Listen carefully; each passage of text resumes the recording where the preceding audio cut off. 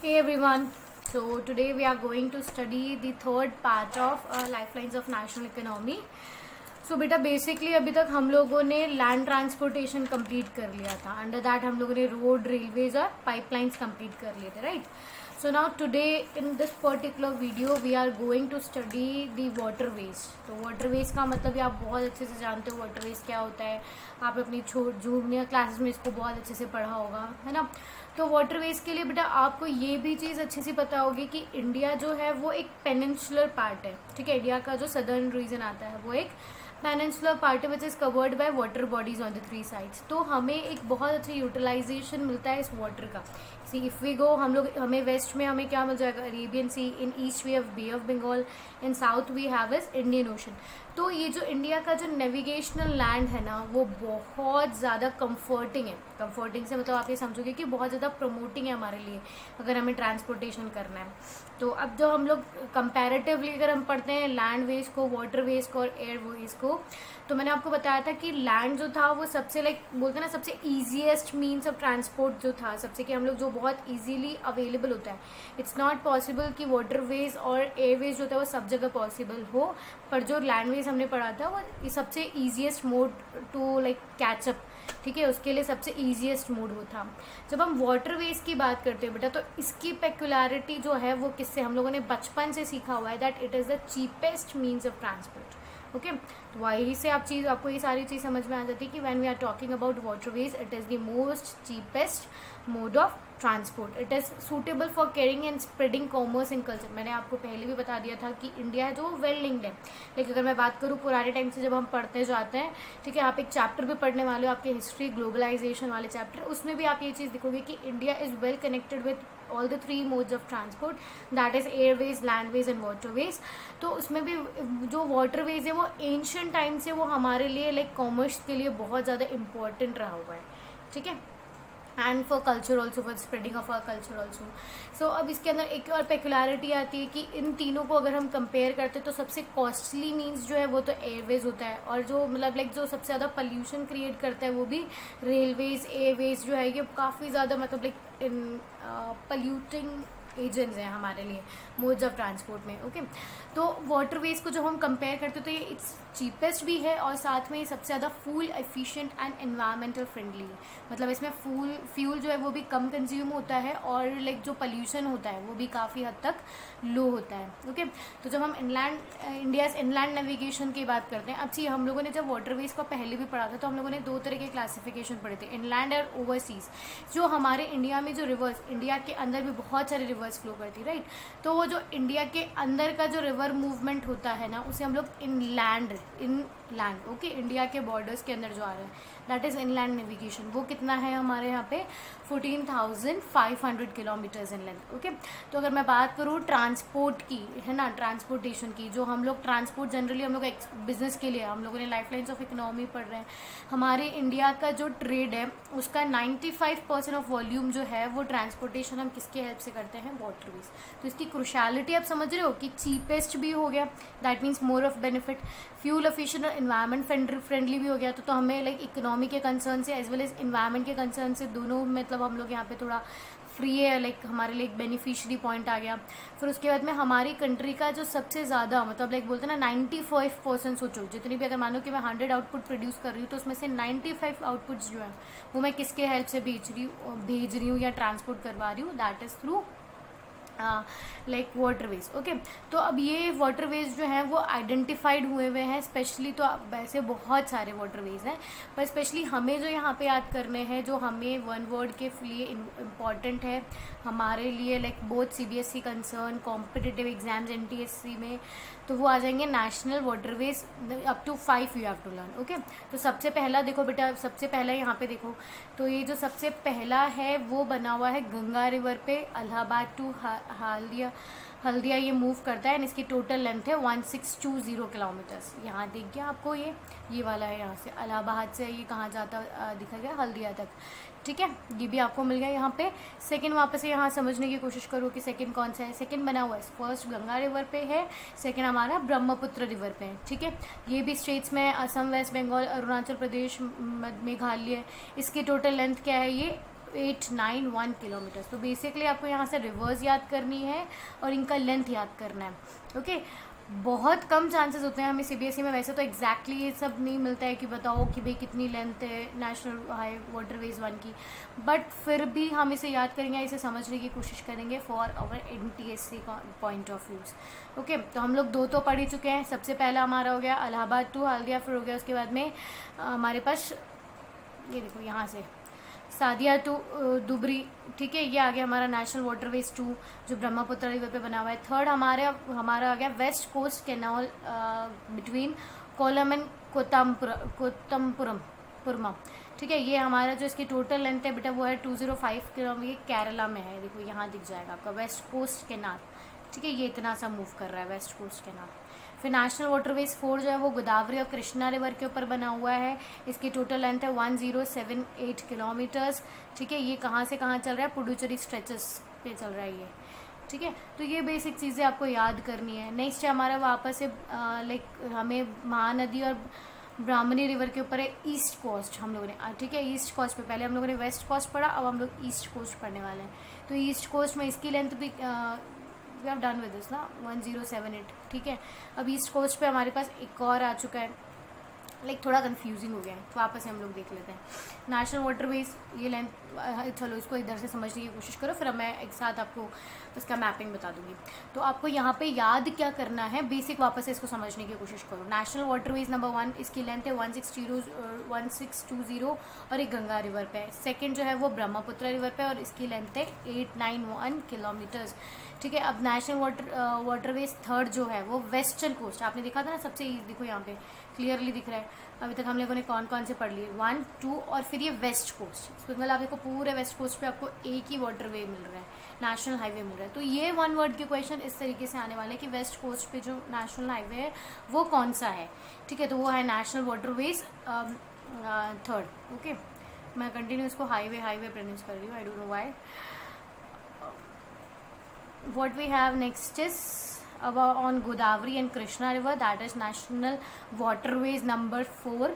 उसके बाद में we have on the eastern coast we have is again 588 kilometers का national waterways 5. Okay, तो यह बहुत अच्छे से, ये उड़ीसा और वेस्ट बंगाल के अंदर स्ट्रेच्ड है, तो यह बहुत अच्छे से समझ लोगे।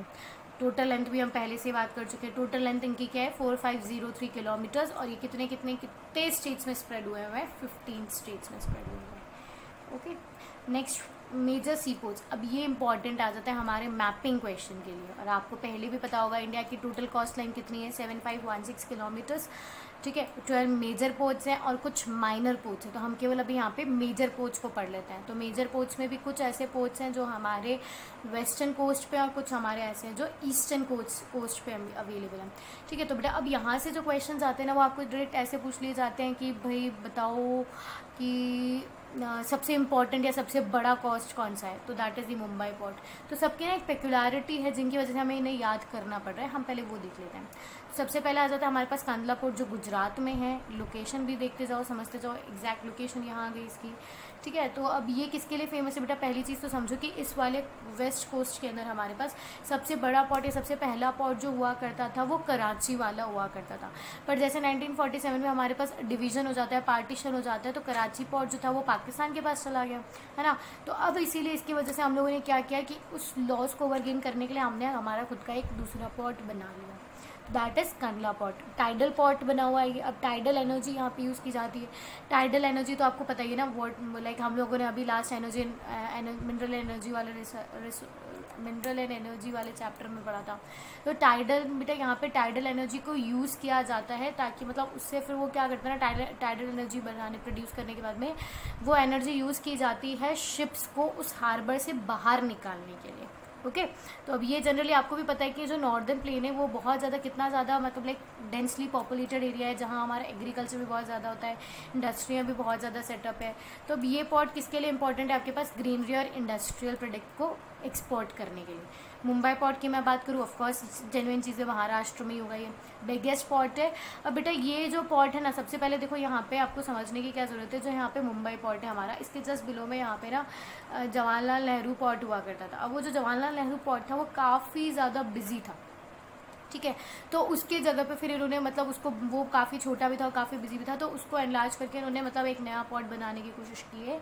जवाहरलाल नेहरू के पॉट का जो बिजी रूट था उसको थोड़ा सा लाइक उस बिजी नेटवर्क को कम करने के लिए, so this was decongest it. देखो यहाँ पे इसलिए मैंने लिखा हुआ है Jawaharlal Nehru port was plan to decongest it. ठीक है, समझ में आया वो कितना ज़्यादा बिजी था। तो उसके लिए बाद में फिर हम उसको एक सपोर्टिंग रोल के लिए हम लोगों ने यहाँ पे सेटअप किया। तो मरमेगो पोर्ट जो है ये, अब नेक्स्ट ये है गोवा में, और न्यू मैंगलोर पोर्ट जो है वो कर्नाटका में। ये मेजर आयरन और एक्सपोर्टिंग पोर्ट्स है।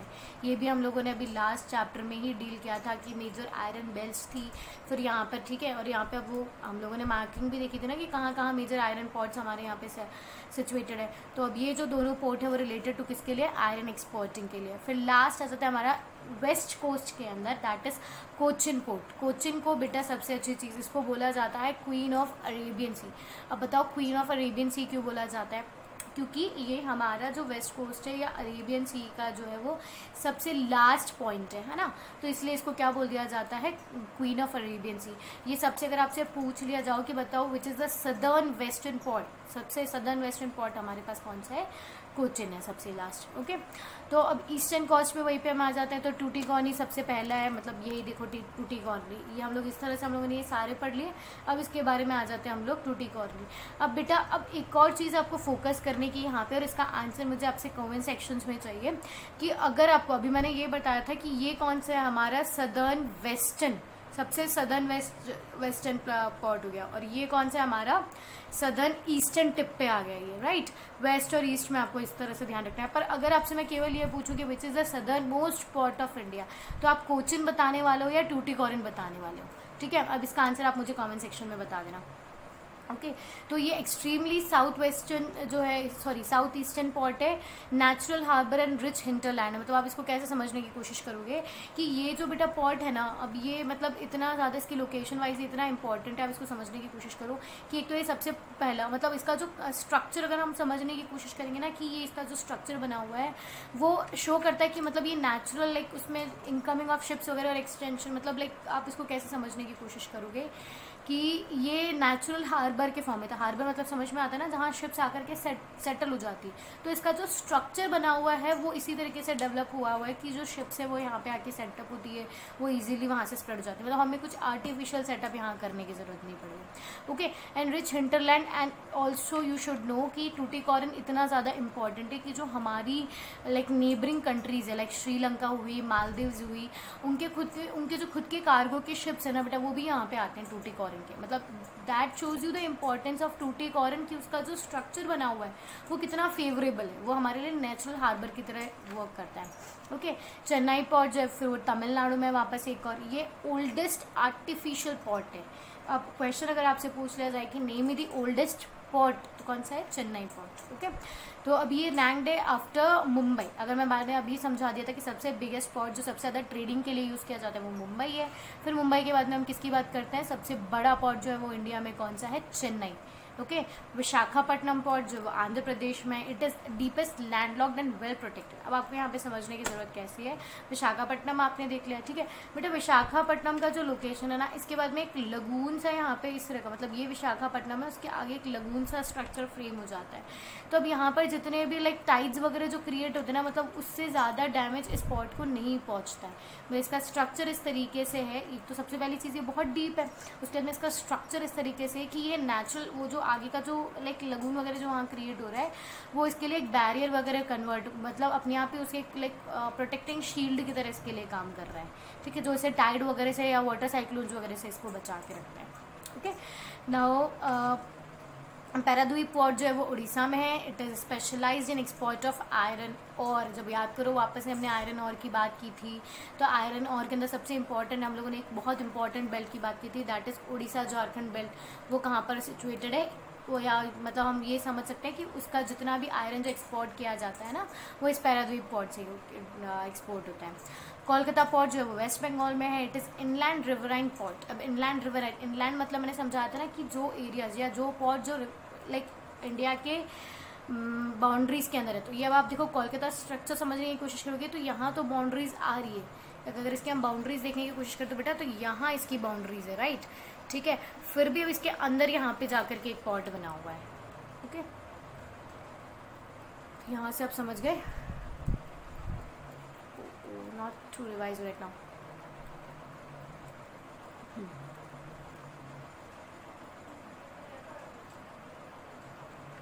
ओके, सो कोलकाता का जो था वो इनलैंड रिवराइन पोर्ट है, रिक्वायर्स वाटर फ्रॉम हुगली। अब आपको ये चीज़ समझो बेटा, इसके अंदर कैसे आप इसको हम लोगों को रिक्वायर वाटर कैसे।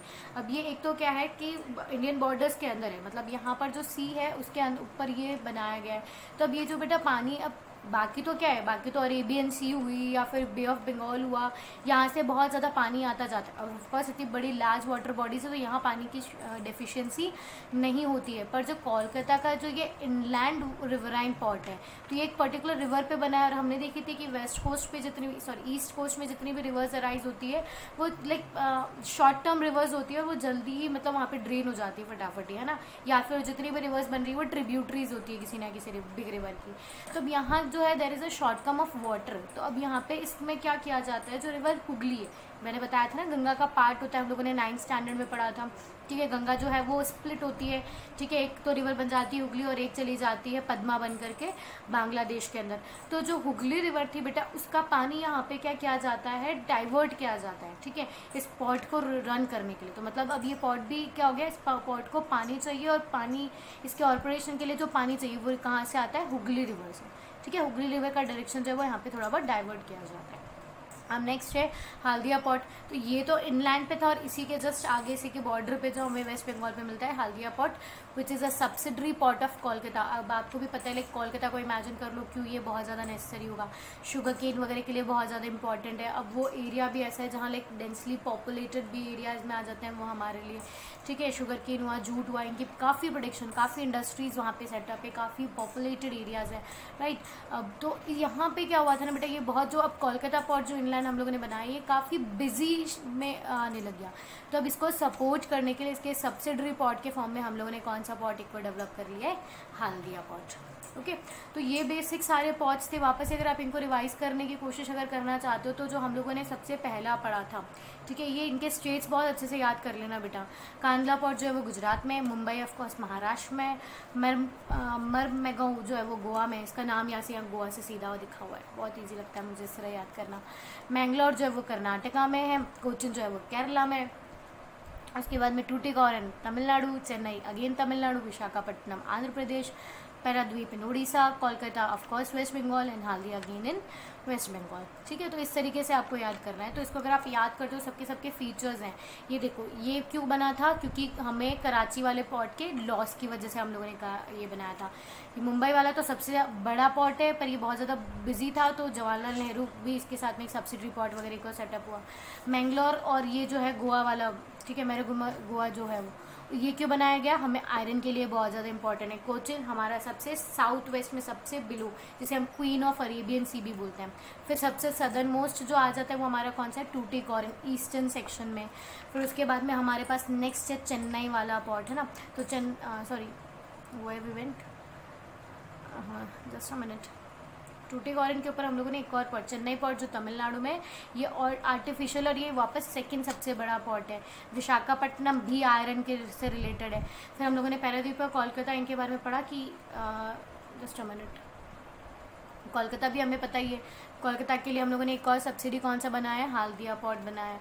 पैराद्वीप उड़ीसा में, जो भी वापस किससे डील कर रहा है, आयरन से। अच्छा, तुम्हें एक और क्वेश्चन भी दिखना बेटा, यहाँ पे मैंने बता दिया है, पर ये क्वेश्चन बहुत जनरली एनटीएससी में रिपीटेडली पूछा जाता है कि कौन सा ऐसा पोर्ट है जो लगून डेवलप करता है खुद की प्रोटेक्शन के लिए, तो वो विशाखापट्टनम है। तो यहाँ पे लगून वर्ड और आप ऐड कर सकते हो ताकि आपको याद आ जाए विशाखापट्टनम से, ठीक है। तो these were basic things that we have studied about the waterways. Now for the next video we'll study about the airways, okay. Thank you. And if you still have any doubt or any kind of query in your brains, you can write it in the comment sections.